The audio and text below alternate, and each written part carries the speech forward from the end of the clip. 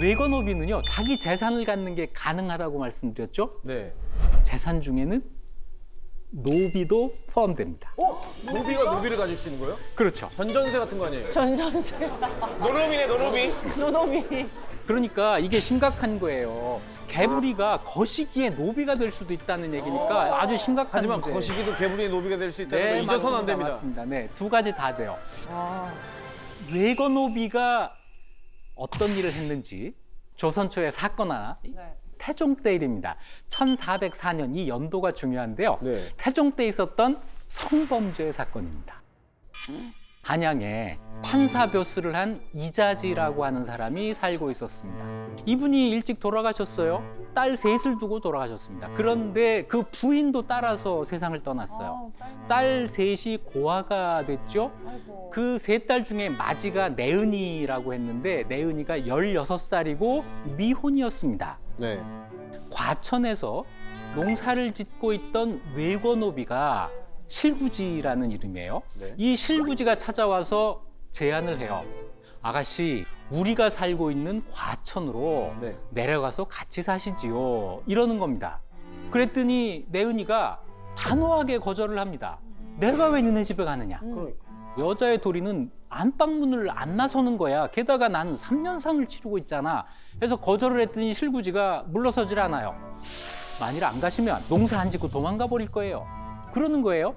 근데 이 상황이 이랬던 것 같아요. 이 내은이의 호구, 먹는 식량이 오직 거기에서만 올 수 있었던 것 같아요. 그래서 고민하던 내은이가 동생들을 데리고 과천으로 내려갑니다. 내려간 바로 그날 실구지 처남에게 겁탈을 당해요. 자, 이런 사건이 벌어졌습니다. 이러면 대개는 여성이 입을 막아요. 아, 이게 내 팔짱가 보다 이러는데 내은이는 안 그랬습니다. 그 다음 날로 그냥 관청에 가서 고발을 해버려요. 노비가 주인집 딸을 겁탈한 사건. 이게 그 당시에는 엄청난 사건입니다. 어디까지 보고가 되냐면 왕한테까지 보고가 돼요. 태종까지 이 사실을 알아가지고 대신들하고 이걸 논의를 하는데 태종의 결정은 뭐냐면 능지처참. 그래요. 능지처참은 뭐냐면 살갗을 조금씩 잘라서 천천히 죽이는 사형입니다. 그냥 쉽게 죽이지 않는 조선의 가장 극형으로 이걸 다스려요. 실구지는 왜 이런 일을 벌였을까요? 얻을 수 있는 이익이 과연 무엇일까요? 노비의 식구를 좀 불리려고 아니면 이뻐서 그랬을 수도 있지. 내은이랑 결혼을 하면 그 내은이 집에서 데리고 있던 전체 노비가 다 이 집의 노비가 되는 거 아니에요? 내은이를 자기 집안 사람으로 만든다. 이거잖아요. 네, 처남과 목표가- 결혼한다고 하는 네, 거는. 네. 내은이는 양반집 여성이기 때문에 아마 발설하지 않고 그냥 받아들일 거다. 그러면은 처남의 부인이 될 거고, 네. 그러면 넓게 봐서 우리 집안 사람이 되는 거야. 이렇게 되면 아마 내은이가 갖고 있던 노비, 토지 이런 게 내 것이 될 것이다. 이런 생각을 했겠죠. 네. 그런데 여기서 더 중요한 게 있어요. 처남과 내은이 사이에서 앞으로 아이가 태어날 때 이 아이들이 어떻게 될 거냐는 건데 1404년이라는 연도가 중요하다 그랬죠. 1404년 그 시점에서의 법을 보면 남자 노와 양인 여성 사이에서 태어난 아이는 양인으로 한다. 신분 상승이 되는 거야. 요 법이 아주 한시적으로 아주 길게 보면은 양인과 천민이 결혼해서 낳은 아이는 무조건 천민이야. 그래서 이걸 일천 즉천. 그러니까 부부 중에 하나가 천이면 즉 천이다. 이게 아주 오랜 법인데 고려 말부터 1405년까지 아주 한시적으로 이런 법이 적용될 때예요. 그러니까 실구지가 생각할 때는 내은이가 내 처남댁이 되면은 거기에서 태어난 아이는 천민이 아니고 노비가 아니고 양인이 되는 거예요. 노비를 끊을 수 있겠군요. 그렇죠. 그렇게 되면. 처남을 통해서라도 넓게 보면 우리 집안에 양인이 이제 나올 수 있다고 하는 엄청난 그림을 그린 거예요. 이건 정말 엄청난 죄입니다. 삼강오륜을 어긴 죄. 조선에서는 이게 반역죄하고 동급이에요. 그래서 사형, 능지처사 이렇게 된 거죠. 외건노비 뭔가 다르죠. 네. 우리가 생각하는 노비가 지금까지 솔고노비였었네요. 노비, 사노비 가운데 솔고노비였다는 거죠. 훨씬 더 독립적이었다. 자, 아주 미천하고 막 그랬을 것 같은데 노비는 귀한 존재예요. 노비 때문에 조선의 정치가 한번 발칵 뒤집힌 적도 있습니다. 이거 굉장히 큰 사건이 있었는데 다른 왕도 아니고 세종 때 이런 일이 있었어요. 세종 시대면 고려에서 멀지 않아요. 이게 고려 말부터 시작된 두 왕조에 걸친 이야기입니다. 고려 말에 고려 우왕 때 김월룡이라는 사람이 살고 있었습니다. 이 사람이 장사하는 사람이었어요. 장사를 어디 가서 했냐면 함경도 함흥에 가서 장사를 했어요. 가서 김생이라고 하는 사람의 집에 묵으면서 장사를 하는데 친해졌겠죠. 친구가 됐을 텐데 그 친구의 호의를 배신을 한 겁니다. 역사 속엔 그런 게 다 있다고 말씀드렸잖아요. 욕심을 드러내요. 아, 이 친구가 재산이 많으네. 또 식구가 많으네. 그 식구 여기에 꽂힌 거예요. 이 사람들을 전부 내 노비로 만들 수 없을까? 이런 아주 엉뚱한 생각을 한 거예요. 그런 상황이 되면은 어떻게 해보시겠어요? 그 집안을 막 망하게 만들어가지고 막. 돈을 줘서 내가 원하는 일을 시켜요.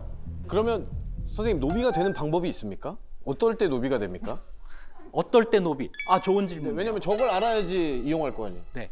그 부모가 노비면 네. 노비가 돼요. 그러면 거기 집에 부모님 2명만 노비로 만들면 밑에 사람들은 다 노비가 되니까 그 둘을 공략하는 방법인데. 정말로 그렇게 해요. 이 김월룡이 김생의 큰아들을 만나서 가만히 살펴보다가 갑자기 이런 말을 하는 거예요.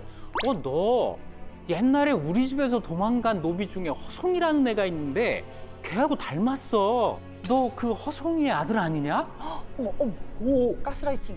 말은 그렇게 했지만 한번 생각해 보세요. 말이나 됩니까? 말도 안 되는 얘기로 시작을 했는데 이것이 자꾸자꾸 막 불고 불어가지고 정말 그렇게 돼요.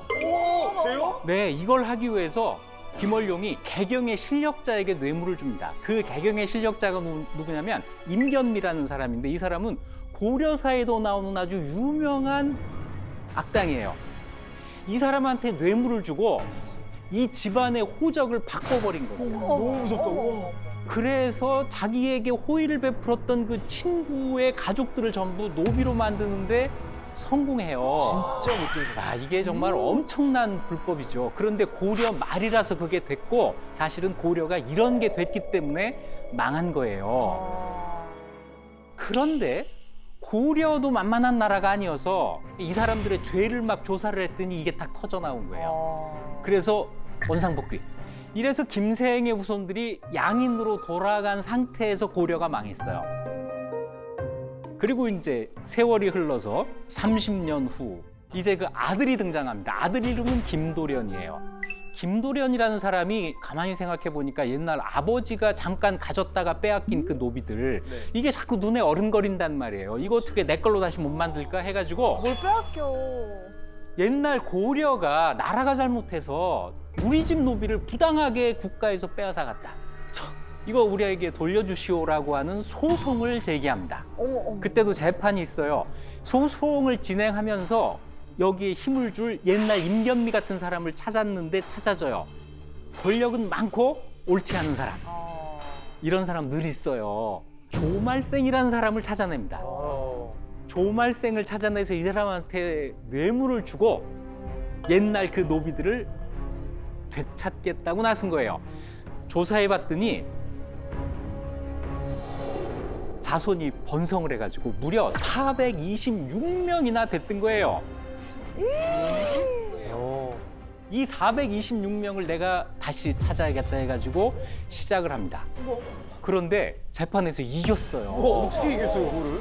조말생의 힘이죠.